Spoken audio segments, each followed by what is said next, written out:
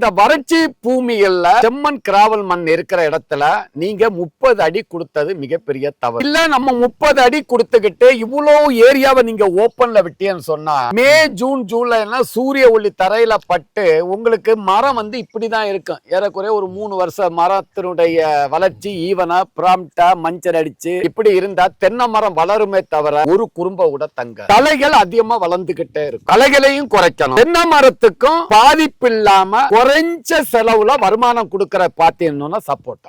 இதுக்கு ஒரு வருஷ இடையில நீங்க சப்போட்டாவை போடும். சப்போட்டா நெல்லையும் வளரும். இதுல பிரச்சனை இல்லாத ஒரே பயிர் வந்து சப்போட்டாவுல காலப்பதின்னு ஒரு ரகம் இருக்கு. ஒரு வருஷ பெரிய கண்ணு 2க்கு 2 குழி எடுத்து ஒரு 15 அடிக்கு ஒண்ணு வைங்க, வச்சுட்டு ஒரு ட்ரிப் லைன் போடுங்க. 3 வருஷத்துல இது காடு மாதிரி ஆயி ஒரு களை வளராது. தென்னையும் கொலை கொலையா காய்க்கும். சப்போட்டாவும் காலப்பதிக்கு நிரந்தரம் மார்க். அப்ப நீங்க கண்டிப்பாக இப்படி தென்னைய போடாம இதுல ஊடு பயிர் சப்போட்டா வைங்க.